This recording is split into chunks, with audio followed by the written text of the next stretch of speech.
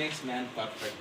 ಈಗ ನೀವು ಪ್ರಾಕ್ಟೀಸ್ ಮಾಡ್ತಾ ಮಾಡ್ತಾ ಹೋದರೆ ಜ್ಞಾನೇಶ್ವರ ಅವರೇ ಭಾಳ ಚೆನ್ನಾಗಿ ನೀವು ಮುಂದೆ ಒಬ್ಬ ದೊಡ್ಡ ಗಾಯಕರಾಗಿ ಹೊರಹೊಮ್ಮೋದ್ರಲ್ಲಿ ಎರಡು ಮಾತಿಲ್ಲ. ಚೆನ್ನಾಗಿ ನೀವು ಅಪ್ಪವರ ಆಶೀರ್ವಾದ ಇದೆ. ಪದೇ ಪದೇ ಮಠಕ್ಕೆ ಬರಬೇಕು. ಮಠದ ಭಕ್ತರಾಗಿ ಫಸ್ಟ್ ಮಠದ ಭಕ್ತರಾದ ನಾನು ಮಠದ ಭಕ್ತ ಏನಾದ್ರು 35 ವರ್ಷ ಆಯ್ತು. ಜಾತ್ರೆಗೆ ಒಂದಿನ ಒಂದು ವರ್ಷನೂ ತಪ್ಸಲ್ಲ. ಏನೋ ಆರಾಮಿದ್ದಿಲ್ಲ ಅಂದ್ರೆ ಬರ್ಲಿಕ್ಕಿಲ್ಲ.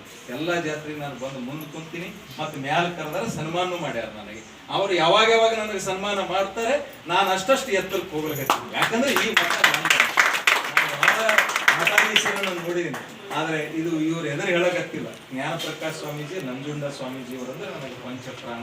ನಾನು ಹೃದಯದಲ್ಲಿ ಇಟ್ಕೊಂಡಿನಿ, ಎಲ್ಲಿ ಹೇಳಲ್ಲ, ಹೇಳ್ತೀನಿ. ಅಂದ್ರೆ ಕೆಲವು ಸಂದರ್ಭ ಬರಬೇಕು, ಅವಾಗ ಹೇಳ್ತಿರ್ತೀನಿ ನಾನು. ಯಾಕಂದ್ರೆ ನಾನು ಕಲಬುರಗಿ ಒಳಗೆ ಅನೇಕ ಕಾರ್ಯಕ್ರಮದಲ್ಲಿ ಪೂಜ್ಯರ ಬಗ್ಗೆ ಮಾತಾಡಿದ್ದೀನಿ. ನಾನು ಅವ್ರು ಹೇಳಕ್ಕಿಲ್ಲ. ನನ್ನ ಇದ್ರೊಳಗೂ ಸಹಿತ ಬಂದಿದ್ದು, ಯೂಟ್ಯೂಬ್ನಾಗೂ ಬಂದಿದ್ದು. ಹಂಗಾಗಿ ಜ್ಞಾನೇಶ್ವರ ಅವರು ಜಾತಿ, ಧರ್ಮ, ಮತ ಇವೆಲ್ಲವನ್ನ ಬಿಟ್ಟು ಅಂತೆ ಇನ್ನೊಂದು ಕವನದಲ್ಲಿ ಹೇಳಿದ್ದಾರೆ. ಬಹಳ ಚೆನ್ನಾಗಿ ಜಾತಿ ಧರ್ಮ ಬಿಡಬೇಕು. ನಾವು ಈ ಎಷ್ಟು ವರ್ಷ ಈ ಜಾತಿ ಹಿಂದೆ ಹೋಗೋದು, ಜಾತಿ ಹಿಂದೆ ಹೋದವ ಎಂದೂ ಉದ್ಧಾರ ಆಗೋದಿಲ್ಲ. ಇಂದು ಯಾವ ಕಾಲದಲ್ಲಿ ಇದ್ದೇವೆ ನಾವು, ಎಂಥ ಕಾಲದಲ್ಲಿ ಇದ್ದೇವೆ ಅಂದ್ರೆ ಸಂವಿಧಾನದ ಅಡಿಯಲ್ಲಿ ನಾವಿದ್ದೇವೆ. ನಮಗೆ ಇಷ್ಟಾದರೂ ಸಹಿತ ಇವನ್ ನಾವು ವೈಯಕ್ತಿಕವಾಗಿ ಬಂದಾಗ ನಾವು ಸೋಲ್ತೀವಿ. ಬಹಳ ಪರಿಸ್ಥಿತಿ ಗಂಭೀರ. ಆದರೂ ಮೆಟ್ಟಿ ನಿಲ್ಲಬೇಕು. ಇವತ್ತಿಲ್ಲ ನಾಳೆ ಬಾಬಾ ಸಾಹೇಬ್ ಕೊಟ್ಟಂತ ಬಸವ, ಅಂಬೇಡ್ಕರ್ಗಿಂತ ಬಸವ ಇದ್ದವರನ್ನ ಎತ್ತುಕೊಂಡ ಅಪ್ಪ ಬಸವಣ್ಣ. ಅದಕ್ಕಾಗಿ ಉರ್ಲಿಂಗ ಪೆದ್ದಿಯವರು ಮಹಾನ್ ಶರಣರಾಗಿ ಹೊರಹೊಮ್ಮಿದರು. 770 ಅಮರ ಗಣಾಂಗಗಳಲ್ಲಿ ಎದ್ದು ಕಾಣುವಂತ ಮಹಾನ್ ಶರಣ ಅದು ಉರ್ಲಿಂಗ ಪೆದ್ದಿ ಮಹಾನ್ ಶರಣ. ಎಲ್ಲೆಲ್ಲೇ ಶರಣರು ಹುಟ್ಟಬಹುದು, ಆದ್ರೆ ಈ ಇದ್ರೊಳಗೆ ಹುಟ್ಟುವಂಥದ್ದಲ್ಲ. ಯಾರು ಕೇಳೋದು ನೆಗ್ಲೆಕ್ಟೆಡ್ ಒಂದೇನು ವ್ಯವಸ್ಥೆಯೊಳಗೆ ಹುಟ್ಟಿದಂತ ಒಬ್ಬ ಸಾಮಾನ್ಯ ವ್ಯಕ್ತಿ ಇಷ್ಟು ಎತ್ತರಕ್ಕೆ ಉರ್ಲಿಂಗ ಪೆದ್ದೀಶ್ವರ ಹುಟ್ಟು ಕಾವ್ಯವನ್ನ ಬರೀತಾರಲ್ಲ, ಇದು ಬಹಳ ಅದ್ಭುತ. ನಮಗೆಲ್ಲ ಪ್ರೇರಣೆ ಅಲ್ಲ. ಮುರುಗಪ್ಪ ಹಣ್ಣಳ್ಳಿಯವರು ತತ್ವಪದ ಬಹಳ ಚೆನ್ನಾಗಿ, ಅವರು ತತ್ವಪದಗಳಲ್ಲಿ ಆ ಕಡೆ ಈ ಕಡೆ ಅವ್ರು ಹೋಗಲ್ಲ. ಅವ್ರು ತತ್ವಪದ ಒಂದು ಹಿಡ್ಕೊಂಡು ಬಿಡ್ತಾರೆ. ಈಗ ಬಹಳ ನಾನು ಎಲ್ಲೆಲ್ಲಿ ಕೇಳ್ತಾ ಇದ್ದೀನಿ. ನಾವು ನಮ್ಮ ಸಾಹಿತ್ಯ ಪರಿಷತ್ತಿನ ಅನೇಕ ಕಾರ್ಯಕ್ರಮಗಳಲ್ಲಿ ತತ್ವ ಪದಗಳನ್ನೇ ಹಾಡ್ತಾರೆ. ಒಂದು ಕ್ಷೇತ್ರ ಹಿಡ್ಕೋಬೇಕು. ನಾನು ಸಂಶೋಧನೆ ಬಿಟ್ರೆ, ಇದು ಕವಿಗೋಷ್ಠಿ ಹಾಕ್ಯಾರ ಅಂತೇಳಿ ನಾನು ಆಶೀರ್ವಾದ ಪಡಿಲಿಕ್ಕೆ ಬಂದಿದ್ದೇನೆ. ನಾನು ಸಂಶೋಧನೆ ಬಿಟ್ರೆ ಆ ಕಡೆ ಈ ಕಡೆ ಹೇಳಿದ್ರು. ಅಧ್ಯಾತ್ಮ ಸಂಶೋಧನೆ ನಮ್ಮ ಕ್ಷೇತ್ರ. ಒಂದು ಗಟ್ಟಿಯಾಗಿ ಒಂದರಲ್ಲಿ ಸಾಧನೆ ಮಾಡಬೇಕು. ಕವಿ ಆಗ್ತಿರೋ ಕಾವ್ಯವನ್ನ ಗಟ್ಟ್ರಿ. ಅಪ್ಪವ್ರು ಹೇಳ್ದಂಗೆ ರಾಷ್ಟ್ರಭಕ್ತಿಯನ್ನ, ದೇಶಭಕ್ತಿಯನ್ನ, ಸಮಾಜ ಒಗ್ಗೂಡಿಸುವಂತ ಜಾತ್ಯತೀತ ಪರಿಕಲ್ಪನೆಯಿಂದ ಕಾವ್ಯವನ್ನ ಕಟ್ಟಬೇಕು. ಅಂದಾಗ ಮಾತ್ರ ಸಮಾಜವನ್ನ ಸುಧಾರಣೆ ಮಾಡ್ಲಿಕ್ಕೆ ಸಾಧ್ಯ ಆಗ್ತದೆ. ಬಸವನನ್ನ ನೆನೆಸ್ಕೊಳ್ತೀವಿ. ಯಾಕೆ ನೆನೆಸ್ಕೊಳ್ತೀವಿ ಅಂತಂದ್ರೆ ಬಸವ ಬರೆದಂತ ವಚನಗಳು ಎಲ್ಲವೂ ಸಹಿತ ಜಾತ್ಯತೀತ ಎಷ್ಟು ಚೆನ್ನಾಗಿ ಬರೆದಿದ್ದಾರೆ ಅಂದ್ರೆ ಸರಳವಾಗಿ.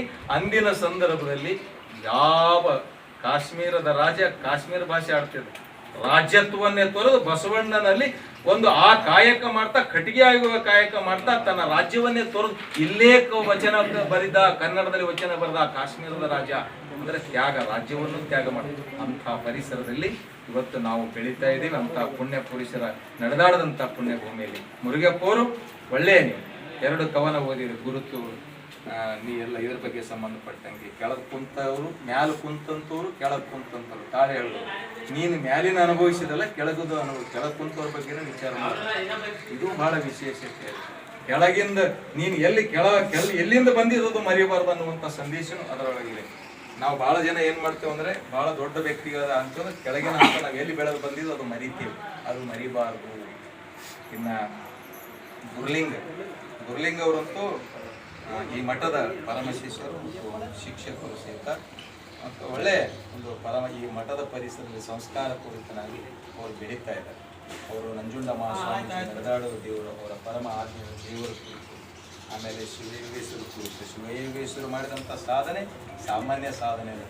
ಅವರು ಬೀದರ್ಲಿಂದ ಚಾಮರಾಜ ಮೈಸೂರು ಕಡೆವರೆಗೂ ಅಲ್ಲಿವರೆಗೂ ಅವರು ಎಷ್ಟು ಸಾಮಾಜಿಕ ಕ್ರಾಂತಿಯನ್ನು ಮಾಡಿದ್ರು, ಮಠಮಾನ್ಯಗಳನ್ನು ಬೆಳೆಸಿದರು, ಮತ್ತು ಎಷ್ಟು ಈ ಮೌಢ್ಯತೆಯನ್ನು ಧಿಕ್ಕರಿಸಿದರು.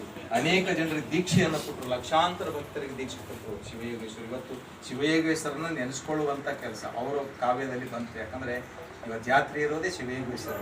ಆ ಪುಣ್ಯಾತ್ಮನನ್ನು, ಆ ಪುಣ್ಯ ಪುರುಷನನ್ನು ನಾವೆಲ್ಲ ನೆನೆಸ್ಕೊಂಡಂಗಾಯ್ತು. ಅವ್ರ ಮುಖಾಂತರ ಆ ಕಾವ್ಯದಲ್ಲಿ ಬಂತು. ಅಂತ ಕಾವ್ಯವನ್ನ ನಮ್ಮ ಗುರುಲಿಂಗ ಅವರು ಚೆನ್ನಾಗಿ ಕಟ್ಟಿಕೊಟ್ಟಿದ್ದಾರೆ. ಒಂದು ನಂಜುಂಡ ಮಹಾಸ್ವಾಮೀಜಿಯವರ ಬಗ್ಗೆ ಮತ್ತು ಇನ್ನೊಂದು ಶಿವಯೋಗೇಶ್ವರ ಬಗ್ಗೆ ಬಹಳ ಚೆನ್ನಾಗಿ ಅರ್ಥಪೂರ್ಣವಾದಂಥ ಕಾವ್ಯವನ್ನ ಗುರುಲಿಂಗ ಅವರು ಕೊಟ್ಟಿದ್ದಾರೆ. ಇನ್ನು ಶರಣ್ ರೆಡ್ಡಿ ಅವರ ಬಗ್ಗೆ ಹೇಳ್ಬೇಕಂದ್ರೆ, ಶರಣ್ ರೆಡ್ಡಿ ಅವರು ಕಳೆದ ಹಲವಾರು ಅಂದರೆ ಈಗ ಒಂದು 5-6 ವರ್ಷದ ಇಷ್ಟು ಈ ಪರಿಸರದಲ್ಲಿ ನಮಗೆ ಸಿಕ್ಕಂಥ ಒಬ್ಬ ಅನರ್ಘ್ಯ ರತ್ನ. ಯಾಕಂದರೆ ಒಳ್ಳೆ ಯುವ ಕವಿ.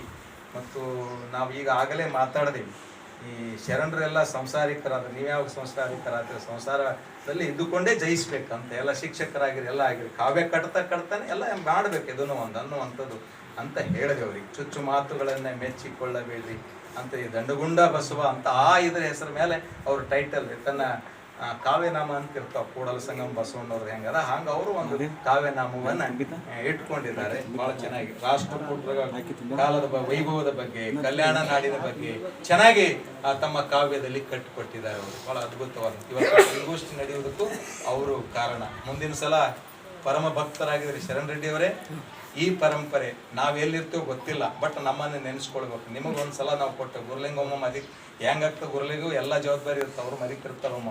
ಕವಿಗೋಷ್ಠಿನೇ ಮರೆತು ಆಮೇಲೆ ಧರ್ಮ ಕವಿಗೋಷ್ಠಿ, ಶರಣ ಕವಿಗೋಷ್ಠಿ ಮಾಡ್ತಾರೆ. ಅದು ಮಾಡ್ಲಿ, ಅದೇ ದೊಡ್ಡದು ಮೇನ.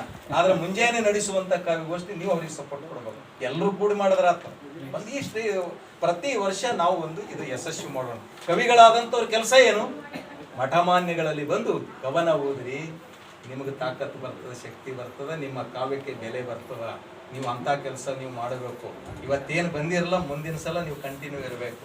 ಒಂದ್ಸಲ ನಾನು ಇರ್ಲಿಕ್ಕಿಲ್ಲ, ಬಟ್ ಮುಂದಿನ ಸಲ ನೀವು ನಡೆಸ್ಕೊಂಡು ಹೋಗ್ಬೇಕು ಅನ್ನುವಂಥ ಮಾತನ್ನು ಹೇಳಿ ಶರಣ್ ರೆಡ್ಡಿ ಅವರೇ ಚೆನ್ನಾಗಿ ಕವನವನ್ನು ಬರೆದು. ತಿಪ್ಪಯ್ಯ ಸ್ವಾಮಿ ದೇವನೂರವರು ಅವರು ಶಿವಯೋಗೇಶ್ವರ ಮಹಾಸ್ವಾಮಿಗಳ ಬಗ್ಗೆ ಮಾತಾಡಿದ್ರು. ಆಮೇಲೆ ಹಾಡನ್ನು ಹಾಡಿದ್ರು, ಗುರುವಿನಲ್ಲಿ ಸಕಲ ಮಹೇಶ್ವರರು ಅಂತ ಅನ್ನುವಂಥ ಒಂದು ಕಾವ್ಯ. ಎಷ್ಟು ಧ್ವನಿ ಚೆನ್ನಾಗಿದೆ, ಅದ್ಭುತ. ಹಿರಿಯರು ನೀವೆಲ್ಲ ಎಲ್ಲ ಕಿರಿಯರಿಗೆಲ್ಲ ಆಶೀರ್ವಾದ ಮಾಡಬೇಕು. ಎಷ್ಟು ಯಾವ ಊರು ಏನೋ ಗೊತ್ತಿಲ್ಲ ನನಗೆ, ಇದೇ ದೇವನೂರು ಭಾಳ ಚೆನ್ನಾಗಿ. ಪ್ರತಿ ಸಲ ಮಠದಾಗೆ ನೋಡ್ತೀವಿ ನಿಮ್ಮನ್ನು, ಶಿಕ್ಷಣಾರ್ಥಿಗಳು ಭಾಳ ಚೆನ್ನಾಗಿದೆ. ಎಲ್ಲ ಅಪ್ಪವರ ಆಶೀರ್ವಾದ ಪಡೆದುಕೊಂಡು